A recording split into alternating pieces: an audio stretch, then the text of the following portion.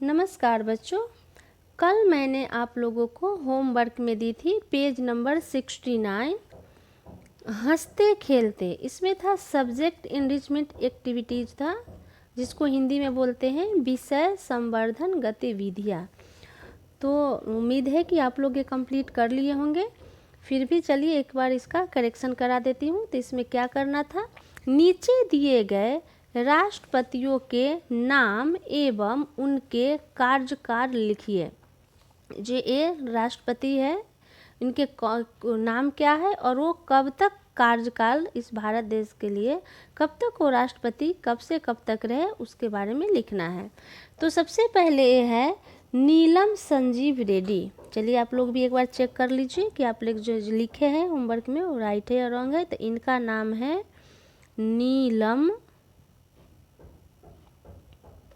Sanjeev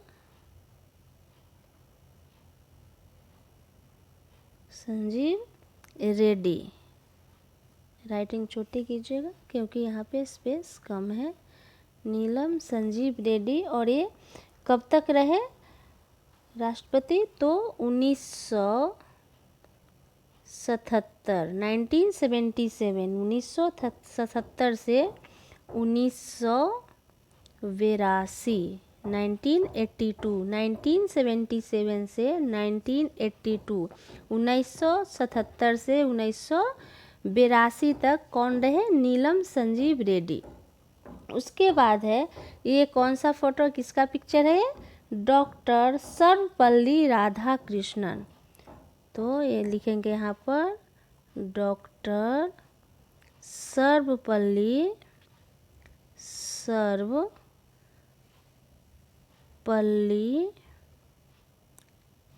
Radhakrishnan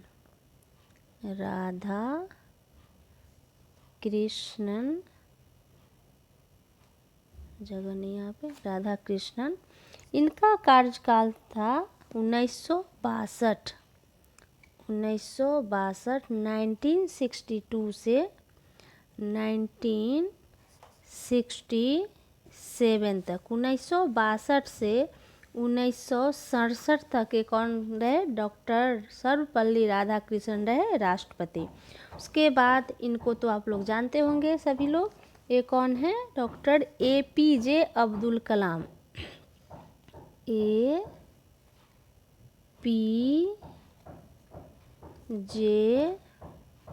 APJ Abdul Kalam.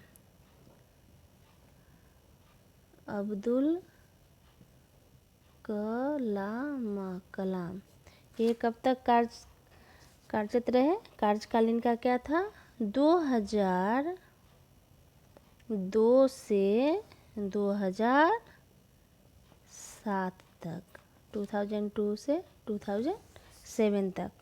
तो आप लोग ने जाना भी कि राष्ट्रपति जो थे हमारे, कि उनका नाम क्या है और वो कब से कब तक हमारे राष्ट्रपति रहे। तो सबसे पहला जो फोटो था, पिक्चर है, वो नीलम संजीव रेड्डी का है। दूसरा है वो डॉक्टर सर्वपल्ली राधाकृष्णन है। और जो तीसरा है वो कौन है, डॉक्टर APJ अब्दुल कलाम। तो ये आपका कल का होमवर्क था।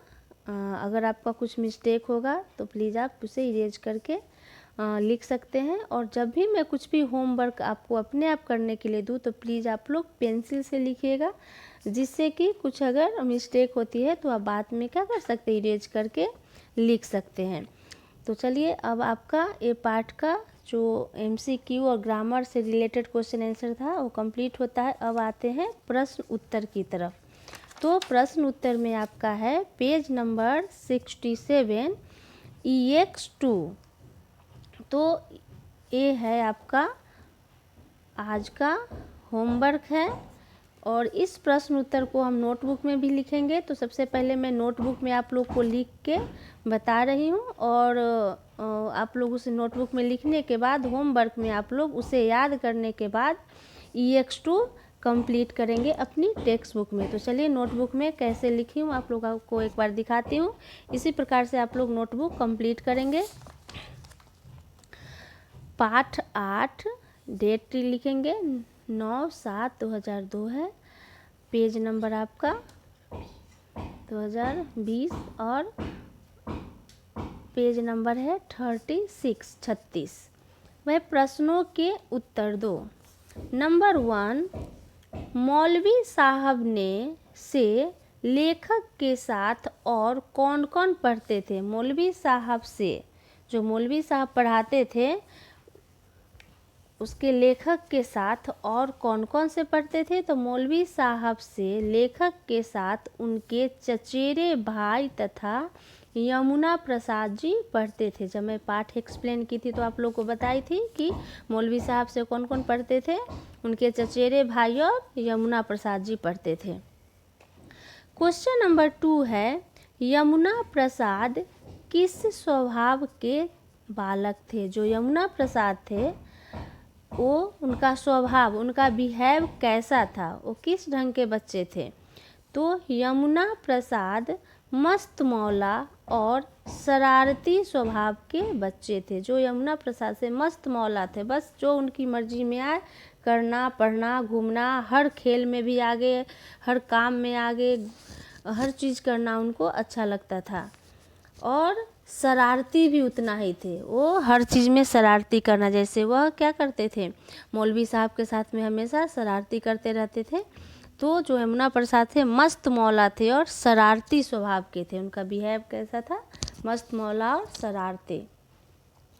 नंबर 3, चचा। चचा, जो पहले लोग चाचा को चचा कहते थे, तो इस पाठ में चचा लिखा हुआ है, इसीलिए हम भी चचा लिखेंगे। चचा मतलब चाचा, अंकल। चचा की विशेषताएं बताइए।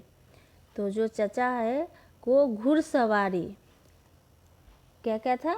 घुड़सवारी करना, बंदूक और गुलेल चलाना, मैंने आपको बताई थी गुलेल कैसा होता है, और शतरंज खेलना। शतरंज मतलब चेस खेलना बहुत अच्छे से जानते थे। तो क्या क्या उनको आता था? घुड़सवारी भी वो जानते थे, बंदूक भी चलाते थे, गुलेल भी चलाते थे, और शतरंज भी और चेस भी बहुत अच्छे से खेलते थे। और उनके दूसरी बात और क्या थी कि वो फारसी के, जो फारसी पढ़ाई होती थी, उर्दू फारसी, वो फारसी के भी अच्छे जानकार भी थे। कौन? जो चचा थे वो। प्रश्न नंबर 4 है, पहले मौलवी साहब और दूसरे मौलवी साहब में क्या अंतर था? पहले मौलवी साहब आए थे, उसके बाद उनके जाने के बाद फिर कौन से दूसरे मौलवी साहब आए थे। तो दोनों मौलवी साहब जो आए थे उनमें क्या अंतर था? दोनों में के स्वभाव में क्या अंतर था? पहले मौलवी साहब हंसमुख स्वभाव के थे और मजाक मस्ती के साथ पढ़ाते थे। जो पहले मौलवी साहब क्या थे? वो हंसमुख थे, हमेशा हंस के बात करना, हमेशा मजाक मस्ती सबके साथ में करते रहना। और तो बच्चों को भी बहुत मज़ा आता था किसके साथ में? मौलवी साहब, जो पहले वाले मौलवी साहब थे, क्योंकि वो हंसमुख थे, हर बात पे मस्ती करना। लेकिन जो दूसरे मौलवी साहब बाद में आए वो क्या थे? बहुत ही गंभीर थे, वह बहुत कम बोलते थे और उनको हर काम टाइम से चाहिए। और वो, लेकिन दूसरी उसमें खासियत क्या थी कि वह बहुत अच्छा पढ़ाते थे।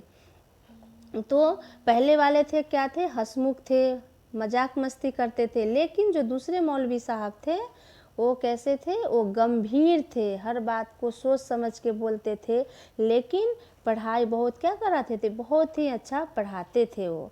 तो यही था दोनों में अंतर। अब है प्रश्न नंबर 5 है, लेखक छपरा क्यों गए थे? जब लेखक फारसी का पढ़ाई कर रहे थे, उसके बाद उनको कुछ दिनों के बाद कहाँ भेजा गया? छपरा भेजा गया, जो कि उनके घर से कुछ दूरी पे है। छपरा एक सिटी है, छोटा सा शहर है। तो वहाँ पर उनको क्यों भेजा गया था? तो लेखक अंग्रेजी पढ़ने के लिए छपरा गए थे। क्या पढ़ने के लिए? अंग्रेजी, इंग्लिश। तो पहले तो जो थे वो मौलवी साहब के पास रहते थे, अपने घर के पास, तो फारसी पढ़ते थे। लेकिन जब उनको अंग्रेजी का ज्ञान लेना था, अंग्रेजी पढ़ाई करनी थी, तो उसके लिए वो कहाँ गए? छपरा गए, जो उनके घर के थोड़ी दूरी पे है, जो वहाँ पे छपरा में अंग्रेजी की पढ़ाई होती थी। तो लेखक छपरा क्यों गए? तो लेखक अंग्रेजी पढ़ने के लिए छपरा गए। तो ये आपका आज का क्लास वर्क है। आप लोग पेज नंबर 67 EX2 जो आज का होमवर्क है, तो आप लोग अच्छी राइटिंग में इसे में लिखेंगे। सबसे पहले आप नोटबुक से याद करेंगे, बाद में इसे कंप्लीट करेंगे। तो आज आपका टर्म 1 का कोर्स जो गुलमोहर की टेक्स्ट बुक में है वो कंप्लीट होता है। चलिए कौन कौन सा पार्ट है इसमें एक बार हम लोग देख लेते हैं इंडेक्स में जाकर। तो यहाँ पे देखिए हमारा चैप्टर 1 पार्ट 1 समय बहुत ही मूल्यवान है, पार्ट 2 आग की खोज, पार्ट 3 शूल पाणी, पार्ट 4 एक भारत श्रेष्ठ भारत और 5 पुष्प की अभिलाषा। इतना आप लोगों ने PA1 का था। और चैप्टर 6 तेनालीरामन, चैप्टर 7 अमूल्य भारत अमूल्य उपहार और पाठ 8 प्रथम राष्ट्रपति का बचपन। तो चैप्टर 1 2 3 4 5 6 7 और 8 यहाँ तक आपका है टर्म 1 का। तो गुलमोहर की बुक में आपका टर्म 1 का कोर्स कंप्लीट होता है। और अब कल से आप पढ़ेंगे व्याकरण की टेक्स्ट बुक में, तो कल आप लोग व्याकरण लेके आइएगा। एक बार हम लोग नोटबुक में दिखा देती हूँ कि इंडेक्स कैसे फिल किया जाता है। तो एक बार आप लोग भी अपनी टेक्स्ट बुक में अगर लिखना चाहते तो लिख लीजिए कि चैप्टर 1 to 8 टर्म 1 और 9 10 11 12 13 एंड 14 आपका आ जाएगा P2 में 9 10 11 12 और टर्म 2 में 13 14, मतलब 9 से लेकर 14 तक 9 10 11 12 13 14 इतना आपका क्या हो गया टर्म 2 का कोर्स है। तो हमें टर्म 1 में सिर्फ चैप्टर 8 तक ही है। अब चलते एक बार नोटबुक की तरफ, कैसे हमें इंडेक्स फिल करना है। तो देखिए एक बार इंडेक्स कैसे फिल किया जाता है। एक बार आप लोग अगर फिल करना स्टार्ट करेंगे सही ढंग से तो एक हैबिट सी आपकी हो जाएगी कि जैसे ही हमारा चैप्टर कंप्लीट होगा आप पहले इंडेक्स फिल करेंगे।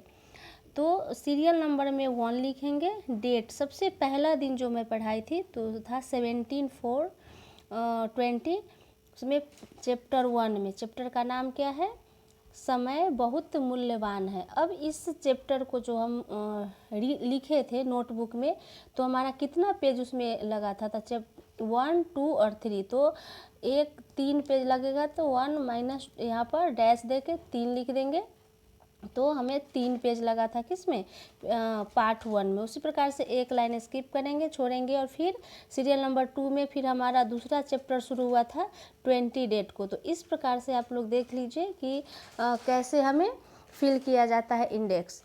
तो चैप्टर 3 तक मैंने चैप्टर 1 2 3 पढ़ाई थी। उसके बाद फिर मैंने आपको व्याकरण से पढ़ाई, तो फिर यहाँ पर व्याकरण लिखेंगे। व्याकरण में जो मैंने 2 चैप्टर पढ़ाई थी चैप्टर 1 और 2 भाषा और व्याकरण और वर्ण विचार, तो उसमें कितने हमारा पेज नंबर हुआ था वो लिख देंगे। फिर ये 2 पाठ व्याकरण पढ़ाने के बाद मैं फिर से आपको पाठमाला गुलमोहर पढ़ाई थी। तो गुलमोहर में भी फिर मैंने आपको 2 चैप्टर पढ़ाई, चैप्टर 4 और 5, एक भारत श्रेष्ठ भारत और दूसरा था पुष्प की अभिलाषा। था इसमें जो भी पेज नंबर आपकी नोटबुक में है आप अपने पेज नंबर लिखेंगे, आप अपनी नोटबुक के अनुसार, मैंने अपनी नोटबुक के अनुसार लिखी हूँ, आप अपने नोटबुक में देखेंगे कि कौन कौन से पेज नंबर आया है। फिर मैंने उसके बाद पाठमाला के बाद लेखन जो राइटिंग पोर्शन था जिसमें मैंने अनुच्छेद लेखन और कहानी लेखन कराई थी, वो भी कौन से अनुच्छेद लेखन आया था किस डेट को और कहानी लेखन वो डेट लिखेंगे। और फिर उसका पेज नंबर कि कितना पेज में अनुच्छेद लेखन आया और कितना में कहानी लेखन आया। ये पढ़ाने के बाद लेखन के बाद फिर से मैंने व्याकरण शुरू की थी, तो व्याकरण लिखेंगे फिर। और फिर 16 डेट को मैंने 16 और 17 को चैप्टर 3 और 4 जो शब्द रचना था तत्सम तद्भव वाला और वाक्य, तो मैंने व्याकरण में पढ़ाई थी 2 चैप्टर, तो हमारा 28 29 पेज नंबर में आया था। ये व्याकरण समाप्त होने के बाद फिर से मैंने पाठमाला में ली थी, वो जो 24 डेट को था 24 डेट को था तेनालीरामन चैप्टर 6 और चैप्टर 7 अमूल्य उपहार। तो देखिए यहाँ पर पेज नंबर और डेट कौन से डेट से शुरू किया गया वो लिखा गया है। नेक्स्ट है आपका लास्ट जो 6 डेट को है चैप्टर 8 प्रथम राष्ट्रपति का बचपन, तो वो आ गया हमारा 35-36 में। अब इसके बाद हमारा टर्म 1 का गुलमोहर की पाठ्यपुस्तक से हमारा पाठ समाप्त होता है। अब शुरू करेंगे व्याकरण। तो इस प्रकार से आप अपना इंडेक्स भरते जाएंगे। जैसे ही आपका चैप्टर 1 कंप्लीट हुआ फिर वो लिख देंगे। फिर जब दूसरा कंप्लीट होगा तो जब आप स्टार्टिंग से एक आप हैबिट्स में ले लेंगे कि हमें इंडेक्स फिल करते जाना है, तो फिर आपको एक दिन इतना लिखना नहीं पड़ेगा। तो याद रखिए कि नेक्स्ट टाइम से आप जब भी नोटबुक की शुरुआत करेंगे तो इंडेक्स फिल करते जाएंगे। जब टर्म 1 में आपकी बुक आएगी तो इस प्रकार से आपका इंडेक्स फिल होना चाहिए। मैं यहाँ पे साइन करूँगी। ओके, तो चलिए कल आप लोग व्याकरण की टेक्स्ट बुक लेके आइएगा। कल मैं व्याकरण की टेक्स्ट बुक में कराऊंगी। Okay, bye.